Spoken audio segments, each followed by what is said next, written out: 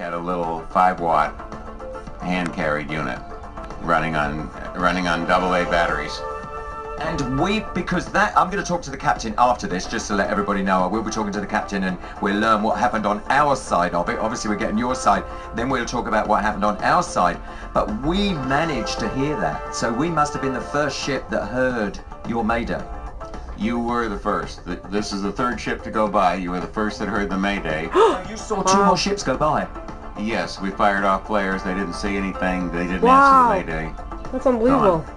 And we made multiple calls at random when we were on the top of a wave. Gone. Nothing happened. That has got to be one of the worst things, isn't it? To actually see the thing, and yet it's leaving you. It was that was horrible. And I remember when I was the one that spotted this ship. Yeah. And I was actually how would I say this politely, micturating off the boat. And I look off in the distance and I saw something that looked like a cloud, and it resembled a ship. And I called Gene here, and he We were about, what, a quarter of an inch big? not even that, barely a centimeter. And it was a great thing to hear that voice. of They're down in the loud and captain's clear thing, over aren't the they? radio.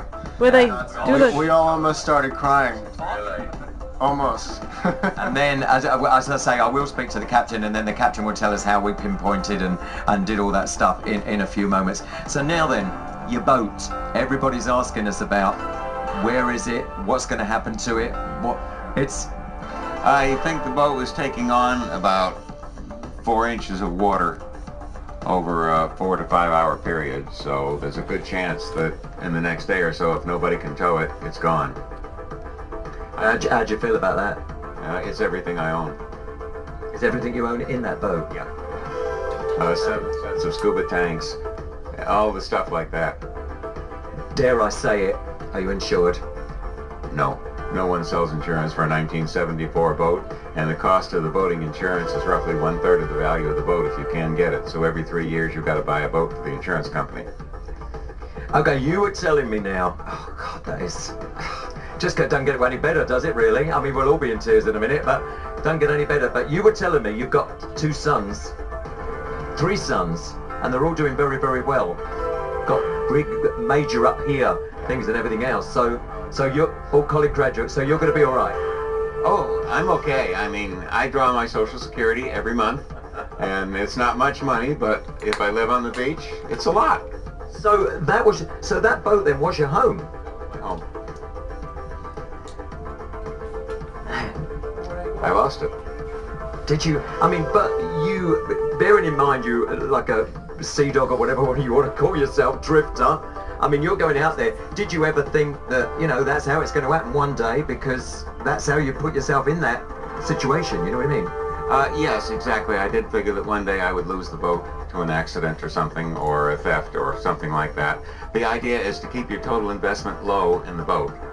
Okay. And that way when you lose it, you can get another one.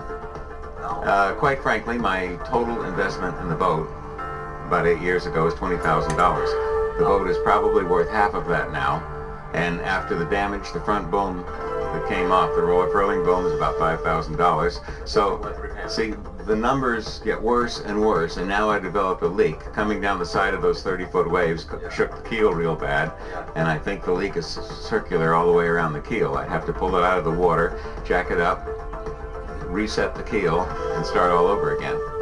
Plus repair that, plus I think the mast is bent back about 5 degrees from the looks of it down at the top of the cabin roof. The mast has stepped on the keel, but the cabin roof is the main support, and it was hammering badly. So I don't think I would have enough left to repair either way. It's like when you get a car, same thing, isn't it? You know, it gets to a certain stage where, not worth repairing anymore. Right, the maintenance curve overtakes the ownership curve, and the idea is to stay on the bottom where your purchase curve and ownership maintenance curve come together. You stay underneath that curve and it's free. The next thing I've got to say really quickly here is, has it put you off? Are you going to get another boat and do this again, or is it now dry land forever? Whether it is laying on the beach. Come on, what about you, Nate? A fabulous tribute I'd like to take my boat down the intercoastal this summer. Noah, Intercoastal is next to the coast, it'll be quite a different trip. where you can see land all the time. Yes, and no offense to Gene here, but after 11 days adrift, I can say good riddance to the tumbleweed. Oh no! After saying that, that's okay. You're saying sorry about that. So what about you? Are you going to keep going or what? We're going to do it this spring. We're going to do it again. You're doing it. Okay. He's gonna be on my cruise. So you're both going to be in the spring. Yeah.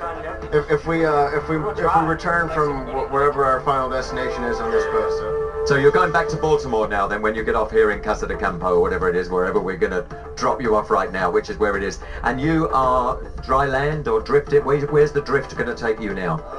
Probably about a 40-foot houseboat this time with twin diesels and this type of thing. It's a whole new ballgame. It won't be a sailboat because things happen awful fast on a 40-foot sailboat. When they do happen, everything comes apart on you suddenly. All right, well, Boat, no. finally, to roll this up, what do you say now to the captain, the officers, and all those people that found you and out here adrift? What have you got to say? Thank you. I want to thank the captain for being able to drive this boat like a little bitty dinghy when he pulled it up close. He knew exactly what he was doing, and he knew where to put the boat. He knew where to put the rescue boat in the water. He created his own wind shadow to reload with. Perfect. The food is great. It's wonderful. I've got to worry about putting on that 35 pounds I just lost last year. Incredible. All right. Actually, I may take my vacation on this boat next year. Well, yes, do it. It's probably better on this side where we are right now than what you've just put up with. What do you think? I'm thinking the same thing. Thank you. The food is excellent, beyond comparable. This is the most hospitality I've ever been shown, I'd say, and it's great. I can't say this is the best rescue boat that could have picked us up. Yeah. Yeah. Well, look, we just want to say, like, safe travels in the future. Be careful. All the very best. And, you know, life is as life is. You know what I mean? And so you make your own destiny in the end. So now you've had a little taste of that side of it. So just be careful in future, eh? All right. Thank you. Super point. You still have to live. You still got to live life on the edge. Yeah, some people do not live at all. Some people walk don't. through a daydream. That's true. All right, well, you're living it all the time. All right, well, ladies and gentlemen, thank you on behalf of these three gentlemen right here. Stick around. We're going to take a quick commercial break, and then I'm going to be speaking to the master, Captain Ryan, straight after this. No, honey. All right, stick around, and thank you, gentlemen. Thanks again.